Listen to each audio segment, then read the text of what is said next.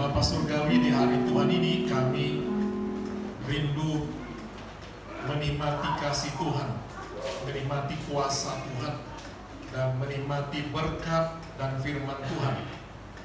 Biarlah Tuhan berbicara melalui pemberitaan firman Allah, sehingga kami semakin dibaharui, semakin mengasihi Tuhan. Dalam nama Tuhan Yesus kami sambut firman-Mu. Haleluya. Amin.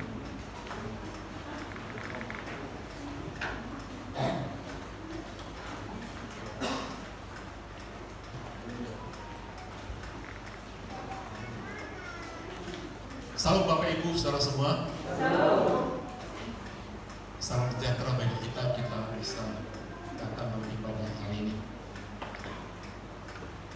Kita pakai waktu sebaik-baiknya untuk menikmati firman Tuhan, sehingga tidak sia-sia kita datang di rumah Tuhan. Mari kita buka Alkitab kita dari kitab Perjanjian Lama, kitab Daniel pasal 6.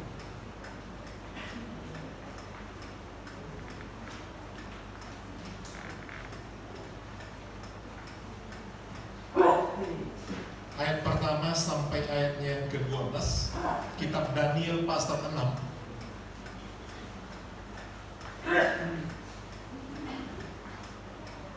Pasal 6 ayat pertama sampai ayat yang ke-12. Saya kembali mengundang bangkit berdiri. Kita baca bergantian. Darius orang Media menerima pemerintahan ketika ia berumur 62 tahun. Lalu bernama Darius mengangkat 120 wakil-wakil raja atas segalanya. Mereka akan ditempatkan di seluruh kerajaan. Membawahi mereka diangkat pula 3 pejabat tinggi, dan Daniel adalah salah satu dari ketiga orang itu. Kepada mereka, para wakil-wakil raja harus memberi pertanggungjawab supaya raja jangan dirugikan. Maka Daniel ingin memberikan para pejabat tinggi dan para wakil raja itu, karena ia mempunyai roh yang luar biasa, dan raja bermaksud untuk menempatkannya atas seluruh kerajaannya. Kemudian para pejabat tinggi dan wakil raja itu mencari alasan dakwaan terhadap Daniel dalam hal pemerintahan. Tetapi mereka tidak mendapat alasan apapun atau sesuatu kesalahan, sebab ia setia dan tidak ada didapati sesuatu kelalaian atau suatu kesalahan padanya.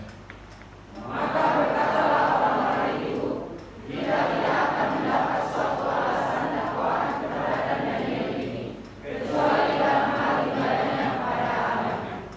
Kemudian bergegas-gegaslah para pejabat tinggi dan wakil raja itu menghadap raja serta berkata kepadanya, "Ya Raja Darius, kekallah hidup Tuanku. Semua pejabat tinggi kerajaan ini, semua penguasa dan wakil raja, para menteri dan bupati telah memfakat supaya keluarkan kiranya suatu penembakan raja dan ditetapkan suatu larangan agar barang siapa yang dalam 30 hari menyampaikan permohonan kepada salah satu dewa atau manusia kecuali kepada Tuanku ya raja, maka ia akan dilemparkan ke dalam gua singa. Oleh sebab itu, ya Raja, keluarkanlah larangan itu dan buatlah suatu surat perintah yang tidak dapat diubah menurut undang-undang orang Media dan Persia yang tidak dapat dicabut kembali." Sebab itu Raja Darius membuat surat perintah dengan larangan itu. Demi didengar Daniel bahwa surat perintah itu telah dibuat, pergilah ia ke rumahnya. Dalam kamar atasnya ada tingkap-tingkap yang terbuka ke arah Yerusalem. 3 kali sehari ia berlutut, berdoa, serta memuji Allahnya, seperti yang biasa dilakukannya. Lalu orang-orang itu bergegas-gegas masuk dan mendapatkan Daniel sedang berdoa dan memohon kepada Allahnya. Puji Tuhan, yang berbahagia adalah mereka yang senantiasa senang mendengar firman Allah dan yang mau melakukannya. Karena bangsa Israel adalah bangsa yang sangat jahat, sehingga Allah membuang mereka. Saudara, kalau sudah dibuang, artinya tidak dibutuhkan di tempat itu, tidak perlu tinggal di tanah itu. baik Allah sudah dirubuhkan, tidak ada apa-apa lagi. Allah udah buang sehingga dibuang. Dalam proses membuang itu tidak sekali dibuang semuanya, tergantung daripada bangsa yang menekan, yaitu bangsa Babel. Nah, pada waktu itu adalah dipilih oleh raja daripada Babel orang-orang pilihan dulu yang mau dibawa duluan untuk bisa dididik, untuk diambil ilmunya.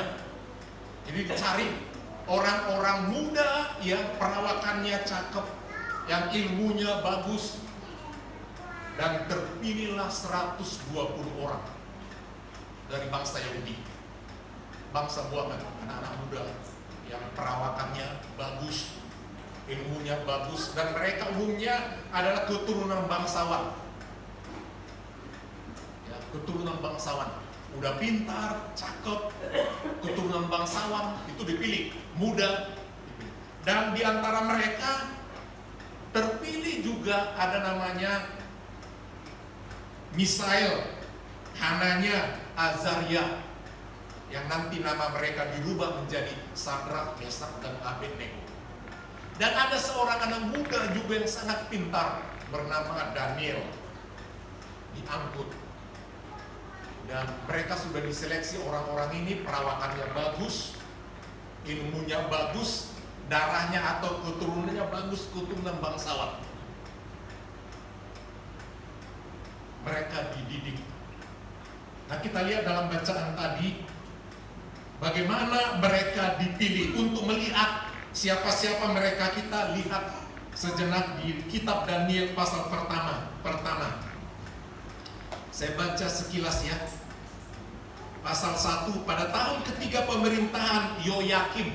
Jadi Daniel ini ada di dalam kedudukan yang bagus sampai kepada 4 raja.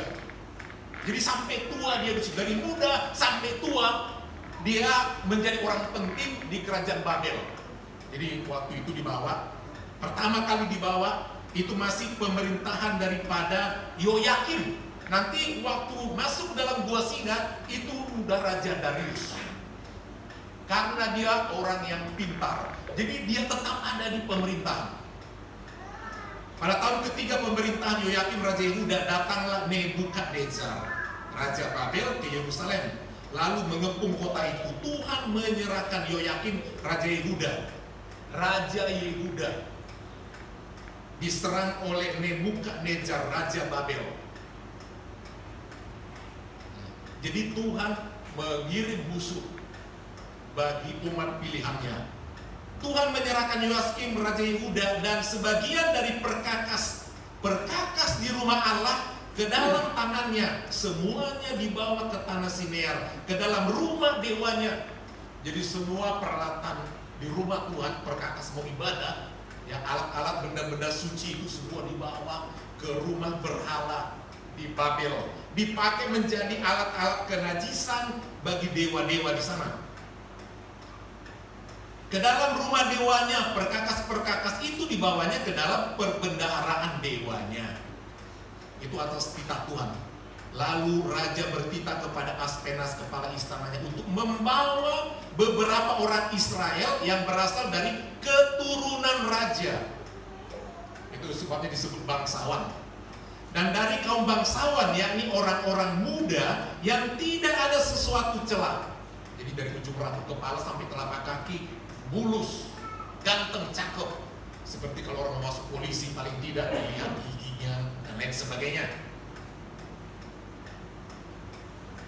Kemudian memahami berbagai hikmat. Jadi mesti punya pendidikan dasar, pengetahuan banyak, dan yang mempunyai pengertian tentang ilmu, yakni orang-orang yang cakap untuk bekerja dalam istana raja, supaya mereka diajarkan tulisan dan bahasa orang Kasdim.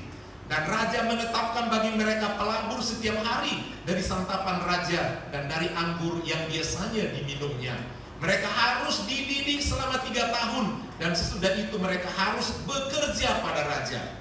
Di antara mereka itu ada juga beberapa orang Yehuda, yakni Daniel, Hananya, Misael, Azaria.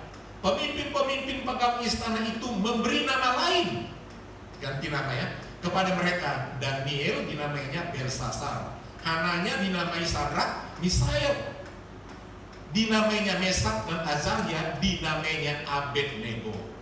Ayat 8 menjadi ayat kunci hari ini. Daniel berketetapan untuk tidak menajiskan dirinya dengan santapan raja, dengan anggur yang biasa diminum raja. Dimintanyalah kepada pemimpin pegawai istana itu supaya ia tak usah menajiskan dirinya. Saudara, Tuhan memang baik, tapi Tuhan itu guru, dia pendidik. Dan cara mendidik bukan berarti semua diberikan fasilitas pendidikan, alat, tidak, saudara. Itu menyangkut juga mengenai moral, disiplin, ya, kerja, dan lain sebagainya. Karena mereka mulai meninggalkan Allah. Walaupun rumah Tuhan megah, semegah-megahnya berlapis emas, begitulah tidak ada artinya kalau orang yang di dalam tidak lagi memuji Allah. Terus sebabnya dikirimkan orang menyerang Yehuda, dan perkakas suci bait Allah itu diambil, dibawa ke rumah dewa di tanah Sinear di Babel, dan diambil orang-orang yang terbaik dari suku Yehuda, dari anak-anak keturunan raja. Kenapa cakap-cakap anak-anak keturunan raja? Sebab raja pasti mencari istri yang cantik, ratu yang cantik, selir yang cantik, bundi yang cantik, dan semua mesti pintar, tidak sekedar cantik, dan dididik, dan keturunannya menghasilkan orang-orang yang rupawan dan cantik. Dan sebagai anak atau putri raja, tidak saja kaya dan cakep, mereka dididik berbagai hal seperti keturunan raja layaknya. Makanannya juga terpilih sehingga mereka semua orang-orang yang sempurna dan pintar. Selain itu, mereka juga memiliki firman Allah. Nah, orang-orang yang dibawa tadi tidak saja mereka cakap, tapi juga mereka sebenarnya masih ada yang takut akan Tuhan. Seperti Daniel dalam konteks ini, saudara. Mereka pun duduklah dalam pemerintahan itu. Dididik dulu 3 tahun. Jadi kalau kuliah itu 3 tahun, zaman dulu itu BA, Master of Art. Sekarang itu D3, itu dulu sama dengan sarjana kalau BA.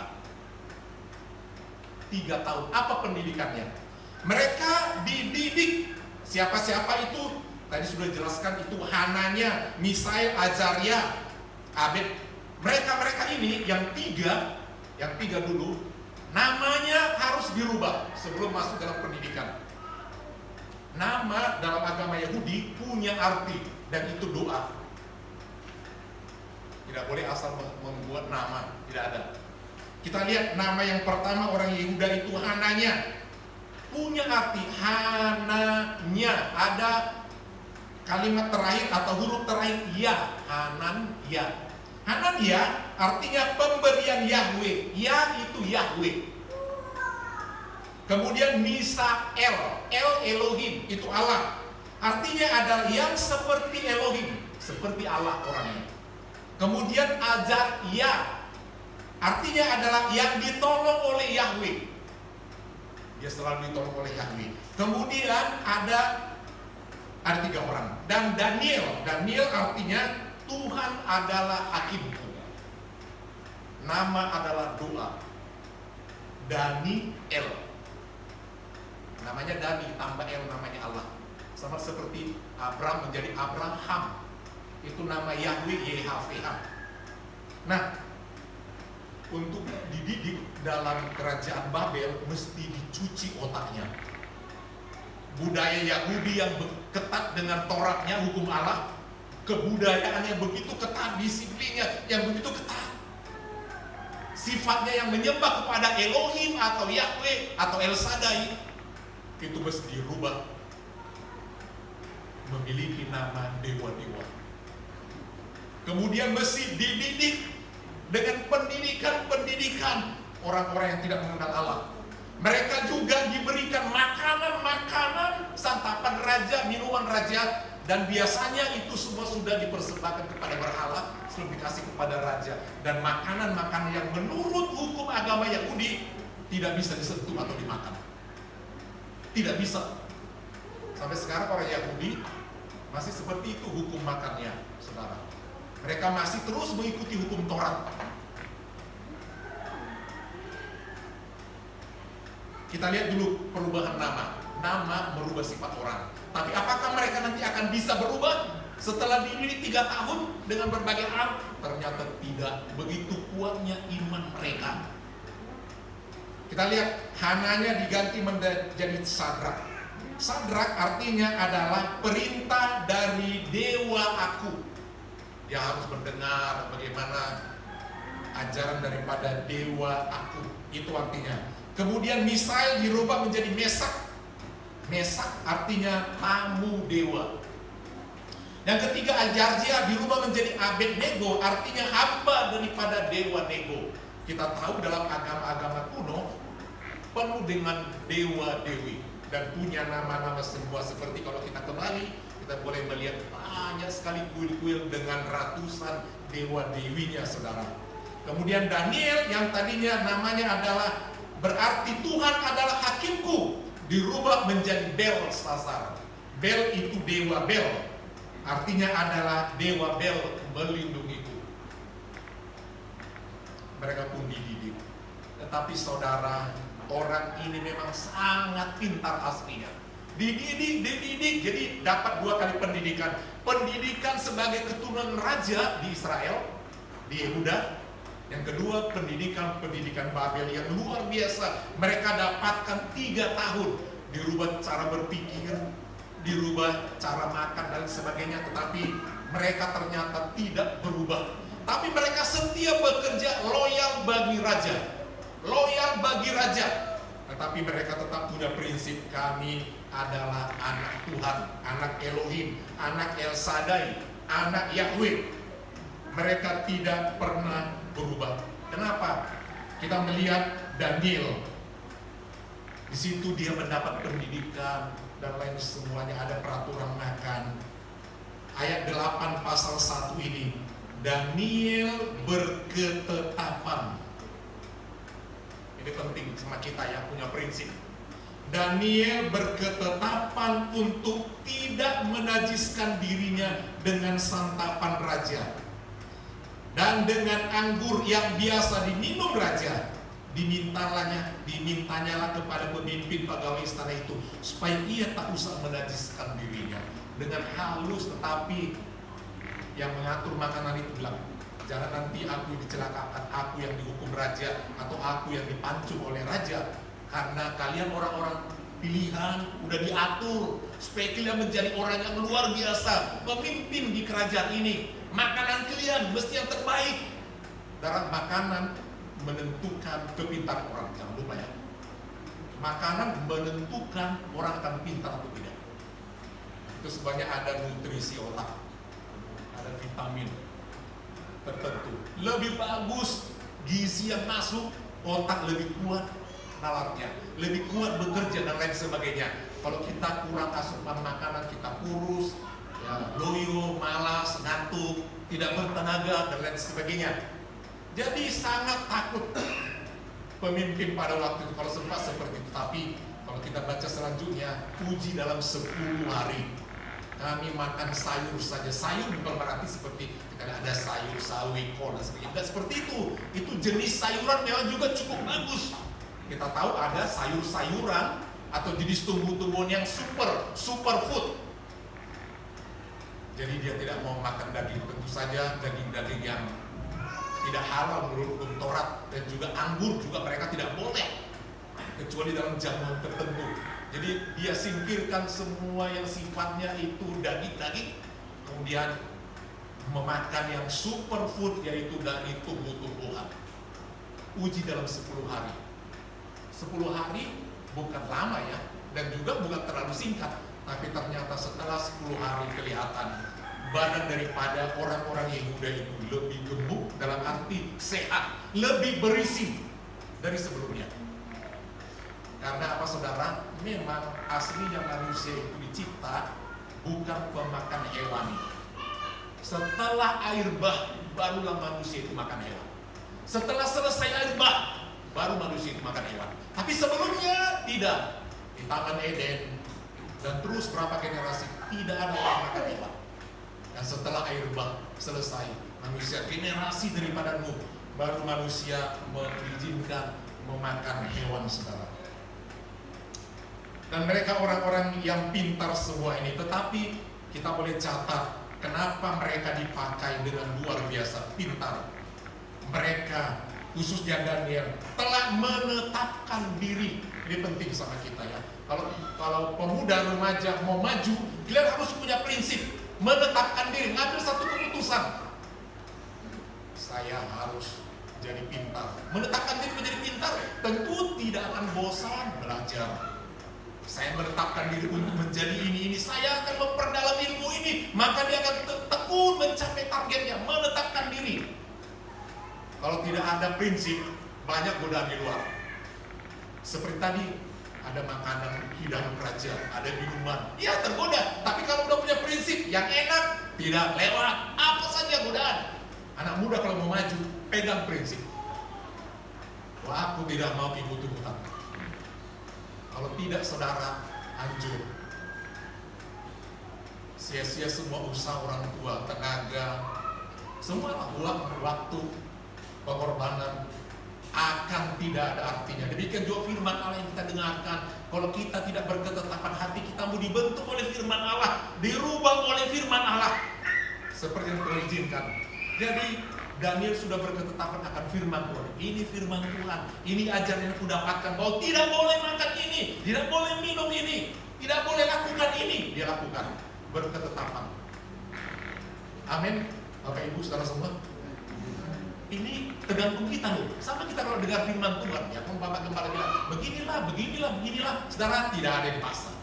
Keputusan kepada jemaat. Ketika firman Allah ditaburkan, tergantung kita. Apakah kita punya hati yang berbatu? Apakah kita memiliki hati seperti semak duri?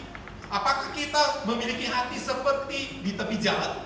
Apakah kita memiliki hati yang subur, yang lembut, bertumbuh dan subur? Itu terpulang daripada kita. Kita yang menentukan mau terima firman, mau terima ajaran, mau terima nasihat orang tua, anak-anak, keputusan sama kalian. Biar sampai berbusi mama bapak, berbusa mulut. Kalau kalian tidak punya prinsip, di situ keluar dari rumah, atau mungkin kalian lawan orang tua, kalian menanggung sendiri. Tapi dalam hidup ini kita punya tekad. Sebab apa? Tidak selamanya teman kalian yang bermain di luar akan tetap jumpa sama kalian. Ya paling jumpa ketika ada uang. Traktir, yuk makan-makan, ini happy-happy. Udah itu mana ada berapa menit. Nanti makin dewasa kalian berumah tangga, ya urus istri masing-masing, anak masing-masing, punya rumah masing-masing. Jadi pikirkan dari sekarang, mau jadi apa ke depan? Mau jadi anak Tuhan yang bagus, kalian yang menentukan. Daniel berketetapan. Demikian juga kaum bapak, mau diberkati Tuhan, mau keluarga dipulihkan, ya, ibu-ibu juga demikian. Kita menentukan.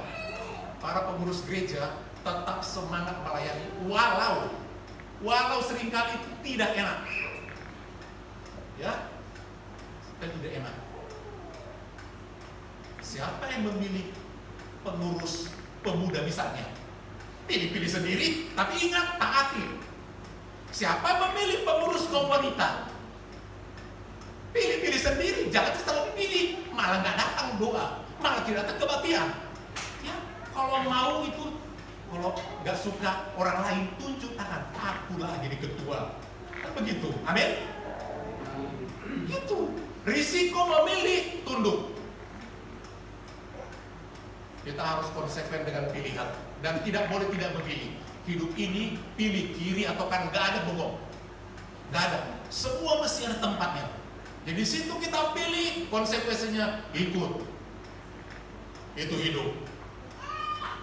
Ya, tidak ada golput. Pilihan pun nanti di akhirat saudara hanya dua pilihan, mau surga atau neraka. Tidak ada tengah-tengah ganti. Tidak ada. Kalau nggak surga, ya jelas neraka. Itu. Jadi hidup ini adalah perlu membuat satu pilihan dan bertanggung jawab dengan pilihan itu. Jadi kalau kita ragu dengan pilihan itu, tidak mau menetapkan diri untuk ikut nasihat orang tua, nggak ikut nasihat gembala sidang atau firman Allah, ya nggak apa-apa. Tapi itulah pilihan hidupmu. Hancur-hancurlah, tidak gantung-gantung. Walaupun nama mereka dirubah, pola pikir tetap Yahudi. Sekali Yahudi tetap Yahudi. Mereka sangat taat akan firman Allah.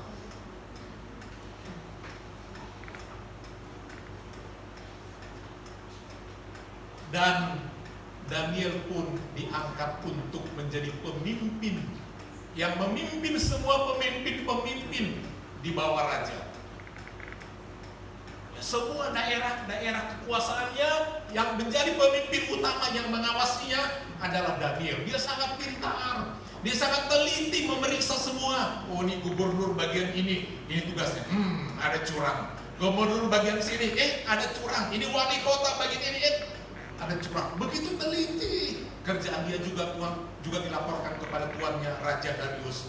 Ini Tuhan, bagus. Jadi dia sangat sayang, tidak dirugikan. Dia menjadi pemimpin yang paling disayangi. Karena apa? Karena dia telah menetapkan diri untuk tidak macam-macam. Tidak saja dia tidak menajiskan diri dengan makanan, tapi juga perbuatan-perbuatan haram. Sehingga kalau ada kedapatan korupsi, dia langsung laporkan. Sehingga pemimpin-pemimpin daerah yang ingin menguntungkan diri sendiri ketakutan. Oh, kalau kayak gininya kawan kita ini tidak mengerti keadaan. Kita harus cari, jangan hanya dia mencari kesalahan kita. Coba kita cari apa kesalahan Daniel ini. Belshazzar, enak aja dia sikit-sikit dilaporkan, kita dicek pembukuan kita. Teliti semua, teliti. Ya, dicek semua hasil kerjanya. Tak ada yang cacat sedikit pun. Semua bagus. Laporan keuangan, keluar masuk, semua disiplin, penempatan semua bagus sekali. Wah, takkan bisa kita turunkan dia. Jadi bagaimana kita mau menurunkan dia? Kita bikin peraturan baru yang dia sangat ketat. Dia itu kan rajin kali beribadah. Nah, ini dia, saudara.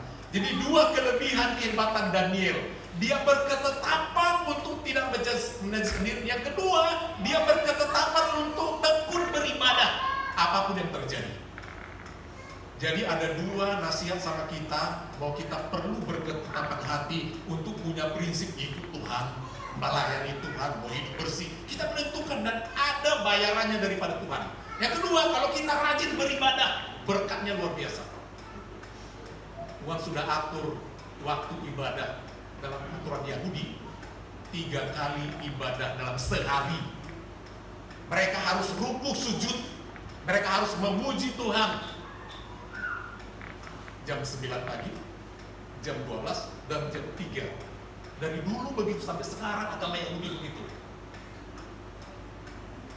Wah, dan dia tetap berketetapan beribadah. Kita buat peraturan yuk, kita bilang sama raja kita, ya, Belshazzar, supaya Raja Darius, supaya kita buat peraturan. Kita buat dulu bulannya raja. Apa itu bulannya raja? Pokoknya dalam sebulan ini, 30 hari ini, semua orang harus mengingat harinya raja. Mau doa, permintaan apapun, mesti meminta sama raja. Masalah apapun, serahkan sama raja. Dan 30 hari, dibuat satu peraturan. Dan kalau ada orang yang melanggar wibawa raja, orang itu akan dimasukkan ke gua singa. Itu jebakan. Tujuannya satu, menghancurkan Daniel karena tidak bebas korupsi. Itu saudara, dari dahulu kehidupan korupsi sudah ada berakar. Dan juga nanti kalau Indonesia mau pemilu lagi, saudara, pasti orang yang terlalu disiplin akan berusaha dijelekkan, jangan sempat dia pemimpin. Karena kita nanti tidak bisa bermain mata, kita tidak bisa korupsi. Akan berusaha dibuat sesuatu. Sebab kalau nanti begini kita tidak makan lah, kita tidak bisa ngambil harta negara. Kira-kira demikian. Raja senang waktu itu. Dia tidak memikirkan begitu polosnya, dia tidak memikirkan Daniel. Dia juga ya, aku akan dipuja dalam 30 hari ini. Gak apa-apa lah. Dan Dan ini kan bukan usul saya, usul para gubernur, menteri-menteri semua. Gak apa-apa, dibuatlah peraturan. Dalam 30 hari ini, harinya raja, semua rakyat, kalau ada permintaan, kalau mau sembahyang, mau doa, jangan pergi ke kuil-kuil, ke dewa atau arwah atau siapapun, tidak boleh. Kecuali kepada raja, dibuat patungnya, dibuat tempat menyembah Raja Darius. Raja pun bangga, duduk sedemikian rupa, dibuat waktu sembahyang. Ayo, semua bersujud. Tetapi anak Tuhan tidak mau. Dan Daniel pun, ini sudah ada tertulis dalam peraturan. Dia sedih hatinya, tapi dia tetap mengingat Tuhan. Mungkin dia sudah bayangkan, aku pilih mana? Tadi di awal aku sudah berketetapan, sekarang sudah datang peraturan lagi, 2 ketetapan di hatiku, bahwa aku harus tidak menajiskan diri. Yang kedua, akan terus beribadah apapun terjadi. Sekarang datang tantangan, ada peraturan, dibayangkan 2 singa. Pernah kalian pegang ulat bulu? Ada yang tahan mungkin ya. Ada orang lewat aja kecoa, kena sikit, kita sudah geli. Kena lipan udah geli. Atau dekat ular kita bisa lari. Ya. Sekarang bayangkan singa. Ada gua, khusus dibuat singa di situ di gua itu. Dan orang-orang yang jahat, orang-orang yang melanggar hukum, hukumannya gampang. Masukkan saja ke gua singa, biar singa yang mengeksekusi. Bukan 1-2 ekor. Sengaja dibuat lapar. Pasti Daniel membayangkan, kalau ketahuan aku sembahyang, aku akan dimasukkan ke gua itu. Udah biasa aku lihat orang dimasukkan yang dihukum. Hukuman. Bayangkan aku akan dicabik-cabik. Dia bayangkan seperti itu. Tetapi itulah tadi, aku sudah berketetapan. Dan didengarnya, sudah dibuat peraturan itu, justru dia naik ke loteng, ke tingkap atas. Ada tempat yang terbuka dari tingkap atasnya itu menghadap ke Yerusalem. Sengaja rumahnya itu ada satu jendela yang menghadap ke Yerusalem, ada balkon menghadap ke Yerusalem. Kenapa? Di situ ada reruntuhan bait Allah, rumah Tuhan. Udah rusak, udah diambil barang-barangnya, tetapi imannya tetap ada di rumah Tuhan. Walaupun aku tidak pergi ke sana, tapi imanku ada di situ. Saya pun katakan, itu adalah rumah roti, rumah Tuhan Bethlehem. Aku rindu ke sana. Aku berdoa menghadap ke sana, berkiblat. Dan itu kelihatan dari balkon. Dia sembahyang 3 kali sehari.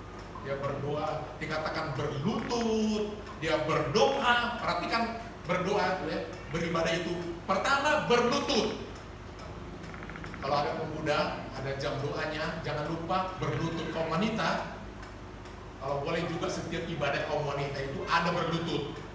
Berlutut. Amin. Sebab itu firman Tuhan. Yang kedua ada nyanyiannya. Kemudian ada doa-doanya. Karena apa? Firman Tuhan katakan 1 kali nanti, semua lidah akan mengaku Yesus Tuhan, dan semua kaki akan bertekuk. Kalau di gereja gak pernah berlutut, gimana mau bertekuk lutut di sana? Gak pernah. Bagaimana? Gak pernah. Hati-hati, masuk surga banyak kali kita kerja kita nanti tersungkur, berlutut, menyembah Dia, bernyanyi. Padahal ini diam-diam, doa dalam hati, gak apa-apa, berdiri saja.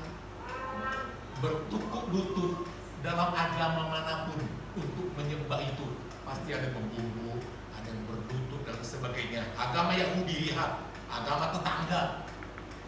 Kalau kita gak pernah berlutut, saudara mau masuk kemana nanti?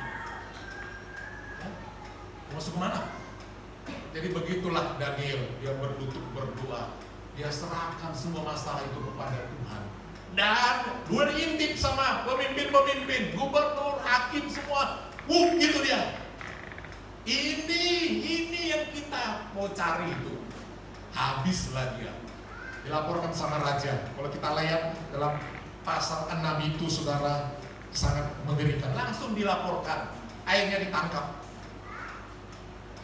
Tetapi udah tidak bisa lagi itu diganggu-gugat, sebab ada materai raja, cincin raja, tidak boleh dihapus. Ditangkaplah Daniel. Hati raja sangat sedih sekali, sangat sedih sekali. Dan setelah ditangkap, maka raja pun berbicara untuk menyatakan imannya, menyatakan iman daripada Daniel.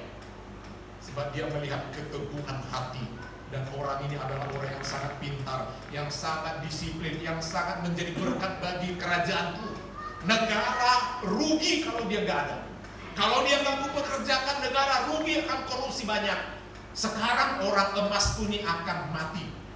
Tapi dia punya keyakinan akan kuasa daripada orang yang ada itu. Sebab apa? Dalam bacaan tadi, dia memiliki roh yang lain.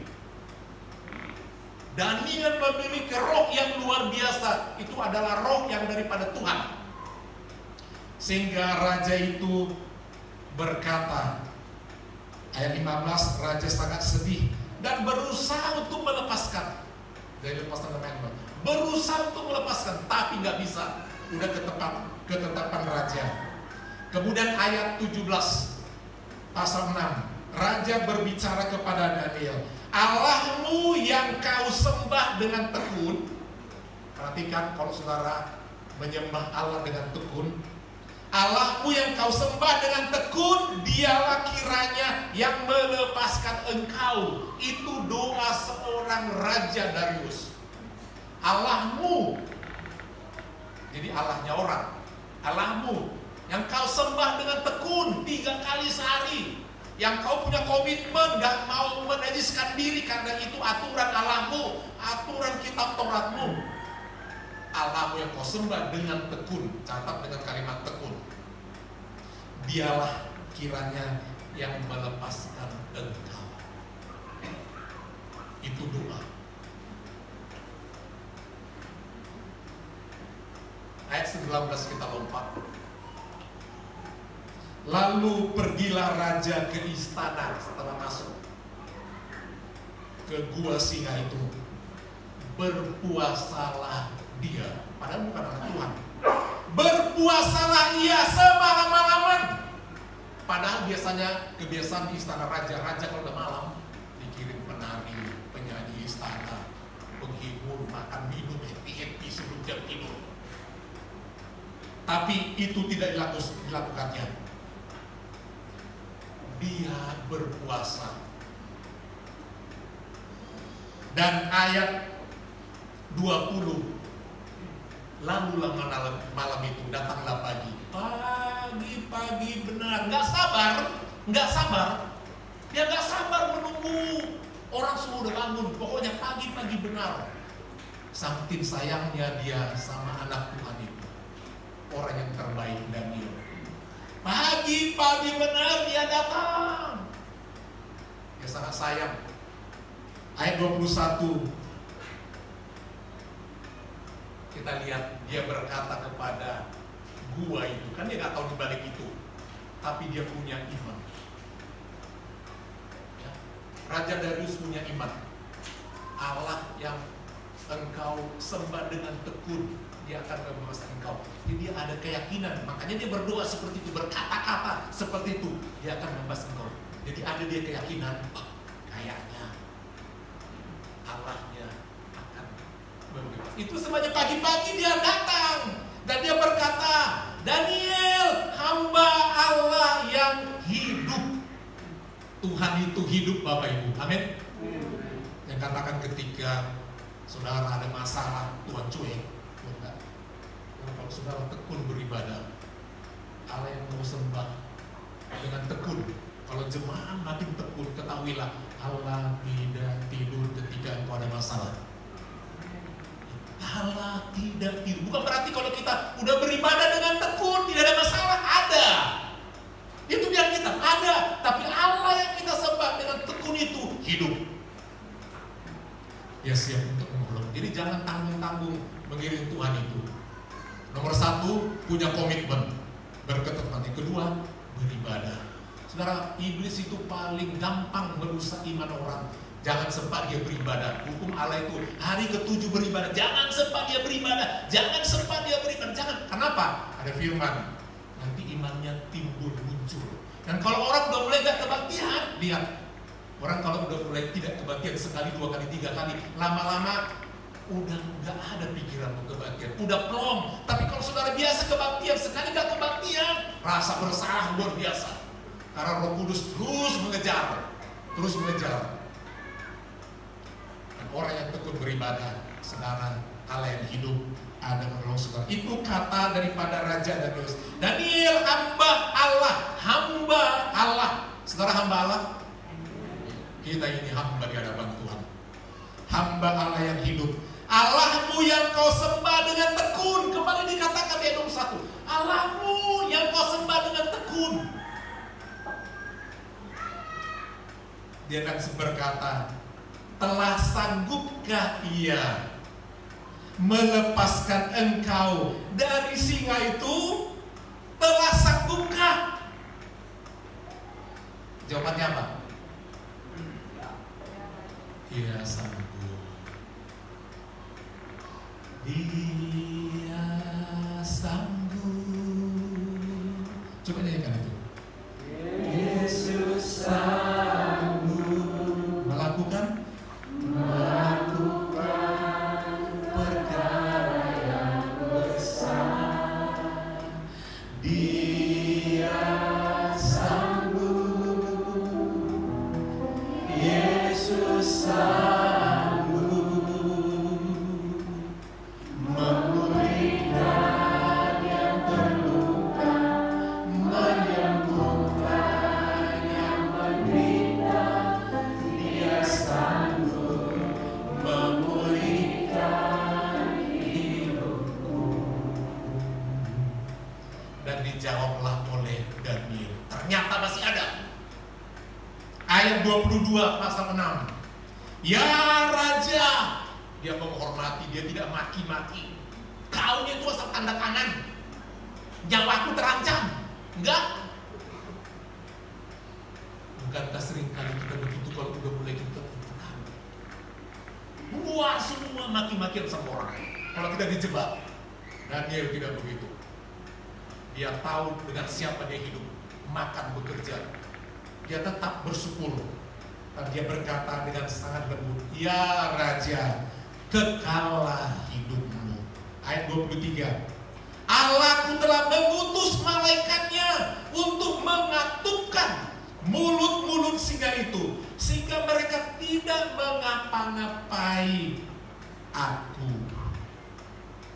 Karena ternyata aku tidak bersalah. Haleluya. Amin. Tepuk tangan bagi Tuhan. Ternyata aku tidak bersalah. Orang menuduh engkau salah, engkau masuk penjara, engkau dihukum mati. Dunia bisa katakan mati dengan singa. Tapi kalau Allah yang hidup katakan engkau hidup, engkau hidup. Amin. Jadi setia sama Tuhan. Orang bisa vonis kita, kau begitu terus sampai kapanpun, sampai mati begitu engkau. Tapi ingat, kalau engkau punya ketetapan hati untuk ikut Tuhan, engkau tekun beribadah, Allah yang hidup akan merubah nasibmu. Semua pemuda jemaat GPD Eklesia akan merubah nasibmu kalau engkau berketetapan hati. Tidak ikuti orang yang keluar. Ikuti orang-orang yang tidak mau beribadah. Beribadah. Kaum wanita, jangan ada yang lari dari ibadah kaum wanita. Tua muda, ibu-ibu muda. Kalau muda juga mau datang, tua mau bagaimana? Kalau tua nggak mau datang, bagaimana menghadap Tuhan? Ini perlu dikasih ingat. Itu juga pemuda remaja. Bentengi hidupmu. Persoalan di depan berat. Kayaknya enteng-enteng saja ya. Tadi puji-puji, gak semangat pemuda. Kalau muda aja udah semangat nih, belum ada problem loh. Belum punya suami, baru pusing lihat suami. Udah punya anak, pusing lihat anak. Kalau masih single aja, loyo. Ke depan gak tahu lo nasib. Semangat, amin. Bentengi dengan firman. Karena ternyata aku tidak bersalah di hadapannya, tetapi juga terhadap Tuanku ya Raja. Aku tidak salah dengan Allah yang aku sembah, tapi juga aku tidak salah kepadamu. Aku hidup. Airnya keluar lagi, dikeluarkan. Langsung dipeluk. Dan kalau saudara baca itu selanjutnya, orang yang mengusulkan tadi untuk diberi peraturan itu ditangkap. Tangkap itu. Tangkap. Semua anak-anaknya tangkap. Masukkan ke gua singa. Semua lepas. Belum lagi sebuah masuk terus. Wow. Baca ayat itu. Wow. Karena tidak ada lagi Tuhan Yesus di situ, tidak ada lagi malaikat datang melindungi. Malaikat pelindung tidak ada. Langsung, tinggal tulang-tulangnya repuh. Habis. Saudara, kejahatan orang tua bisa kena istri dan anak. Ini ayatnya. Yang menyesal si istri. Karena apa? Mereka menikmati korupsi. Ya, selama ini kelakuannya nggak bagus, kan dinikmati semua. Dan ketika kena, orang tuanya kena. Dalam hukum dunia juga seperti itu. Siapa yang mencuri dihukum, siapa yang menerima menadah dihukum. Sama. Dan memang dengan hukum Tuhan. Tuhan itu adil.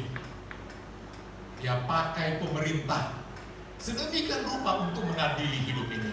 Jadi saudara sebagai anak Tuhan, nomor satu, berketetapan hati. Tidak ada paksaan.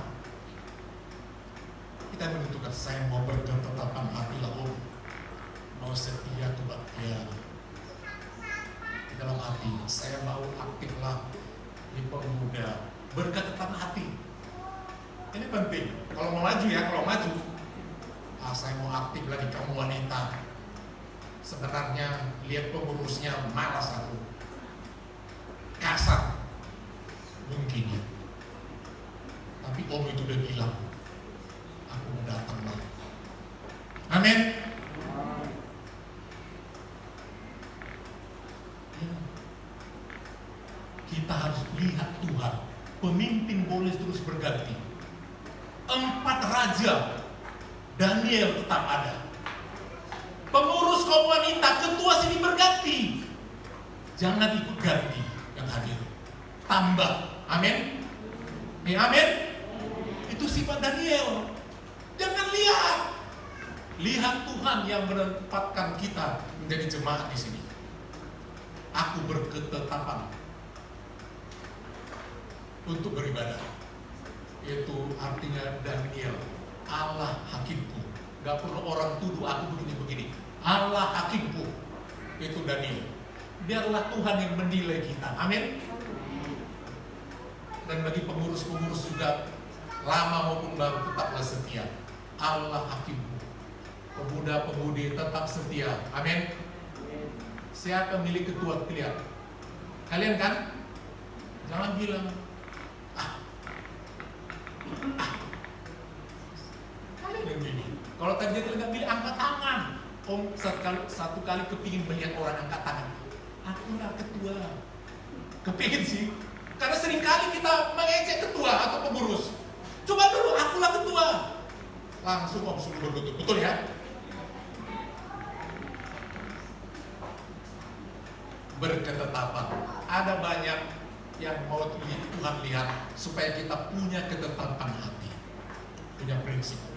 Tadi majelis katakan, aku berketetapan hati, tidak mau ikut-ikut kalau misalnya tidak sesuai dengan Alkitab. Itu ketetapan hati.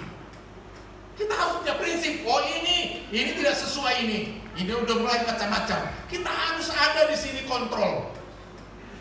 Kalau tidak cocok jangan. Ya, kita dulu gitu prinsipnya firman Allah, nggak cocok jangan. Mau apapun itu, firman Allah di atas dari segala adat kebiasaan. Amin. Firman Allah di atas segalanya. Kalau udah mulai kelihatan lain, udah mulai sepertinya ada tarian yang masuk dimasuki macam-macam. Saudara punya Roh Kudus di hati. Ini gak cocok. Tuhan beri tidak sejahtera di hati. Itu kodenya, tidak sejahtera. Saudara harus mengambil sikap daripada kita bersalah di hadapan Allah. Saudara, ya, memang budaya selalu ingin merubah kita. Seperti tadi, budaya daripada Babel ingin mengubah kebiasaannya, tulisannya, bahasanya, makanannya, kebudayaannya, ingin dimasuki untuk merubah. Keyakinannya ingin dirubah. Saudara, kita harus punya firman Allah dalam diri kita. Tidak berubah kita. Dimanapun kita berada, mau pulang kampung, mau saudara tinggal di Tomo, mau saudara tinggal di Pusuk Buhit, saudara anak Tuhan. Amin. Ya, saudara anak Tuhan.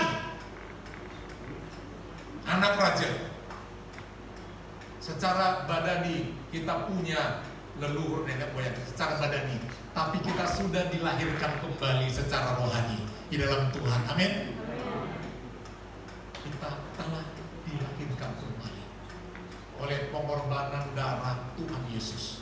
Kita memang ada karena pengorbanan orang tua kita, tapi pengorbanan darah Yesus yang menyelamatkan kita itu yang selalu kita ingat setelahnya. Mari mulai berketetapan hati. Masukkan dulu sebelum kita pulang dalam pikiran, apa yang aku mau ubah dalam diriku. Yang jelas saudara, kita harus punya ketetapan hati untuk berubah. Beribadah kita ada perubahan, ada perubahan. Pemuda remaja, tolong pikirkan apa yang kira-kira saudara pikir, kayaknya aku dari dulu gak bisa berubah. Tapi dengar firman Tuhan dikatakan, aku mesti berubah. Siapa sih yang sudah naik kelas? Coba katakan naik kelas. Kalau nggak naik kelas berarti turun kelas ya.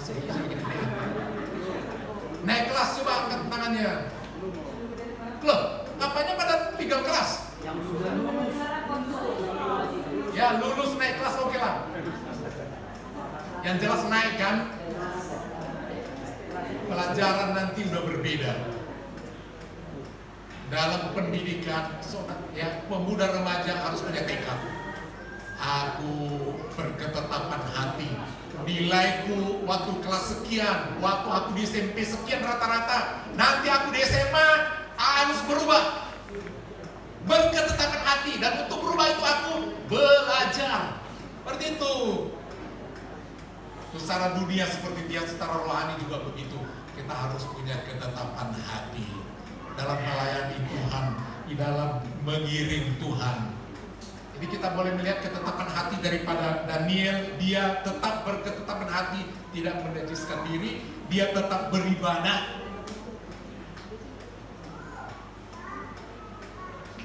Saudara yang tidak biasa mengembalikan milik Tuhan, coba mulai berketetapan hati. Ini penting. Di YouTube ada banyak kisah dari berbagai denominasi mengatakan di gereja kami tidak ada seperti itu. Ada satu YouTube begitu lancang mengatakan dia ada di tembok ratapan. Dia bilang begini, orang-orang Yahudi yang dulu sangat ketat dengan ini, mereka tidak mau lagi ngasih milik Tuhan. Karena apa? Bait Allahnya udah nggak ada, imamnya sudah nggak ada lagi, pengorbanan juga tidak ada. Otomatis semua pengorbanan termasuk persepuluhan sudah tidak ada lagi. Ada satu pemimpin gereja menginterview satu rabi, sebab di Indonesia ini juga ada pengaruh agama Yahudi, gerejanya juga cukup besar di Indonesia. Diundang dalam satu podcast. Pak, Bapak kan rabi di sini sebagai imam Yahudi, memegang hukum Taurat. Oh iya, ada pertanyaan. Sekarang ini lagi tren tentang pertanyaan ini. Apa benar orang Yahudi tidak lagi mengembalikan milik Tuhan atau persepuluhan? Langsung dia katakan, memang bait Allah tidak ada lagi. Memang korban-korban curahan tidak ada lagi. Kenapa? Peralatannya udah gak ada. Tunggu nanti. Dan korbannya sendiri pun yang biasa lembu merah belum muncul. Sekarang lagi diusahakan supaya muncul lagi sapi merah. Dicari genetikanya untuk bisa. Tapi jangan lupa, Lewi masih ada sampai sekarang karena itu marga. Ketika marga Lewi yang laki-laki menikah dengan marga Ruben, marga Lewi tetap ada. Walaupun dia menikah dengan siapapun, tapi Lewi tetap ada. Dan kami selama ada Lewi, kami tetap mengembalikan milik Tuhan sampai sekarang. Jangankan itu, untuk korban kemanusiaan sosial itu sebabnya dikatakan sampai Aceh kami berdana sosial. Ada apa di dunia ini, kami pasti nomor satu. ngasih bantuan di luar persekutuan untuk Lewi yang menjadi imam kami. Kebetulan imam itu berkata demikian, kebetulan anakku, kalau anak perempuan dikatakan menikah dengan Lewi, saya sangat bangga, bersyukur aku punya menantu dari keturunan Lewi. Kami bangsa kecil, tapi kami bangsa yang paling diberkati. Dalam segalanya kami tidak pernah hancur. Karena apa? Salah satu adalah kami memegang Taurat dan kami mengembalikan milik Tuhan. Itu salah satu kunci loh. Jadi tergantung kita berketapa hati. Sebagai gembala, Bapak gembala kadang-kadang melihat kalau kita baru kerja, mungkin gaji 2.200.000 masih dikasih. Setelah dapat UMR Batam 2023 itu 4.500.000 ya. Itu nggak kelihatan 450. Bagaimana saudara yang gajinya 5 juta, 7 juta, 10 juta? Waktu kecil mungkin kita gampang mengeluarkannya, tapi ketika mulai naik, kapan Tuhan mau kasih lebih besar lagi? Kalau tidak setia dalam perkara kecil, apakah Tuhan mau percaya lebih besar? Tak mungkin. Tak mungkin. Setialah ketika kecil, dan ketika diberkati makin gede, setialah. Setialah. Ya, memang tergantung sama kita. Tadi kan semua tergantung sama kita. Apakah kita mau berketetapan atau tidak? Mari kita bangkit dulu.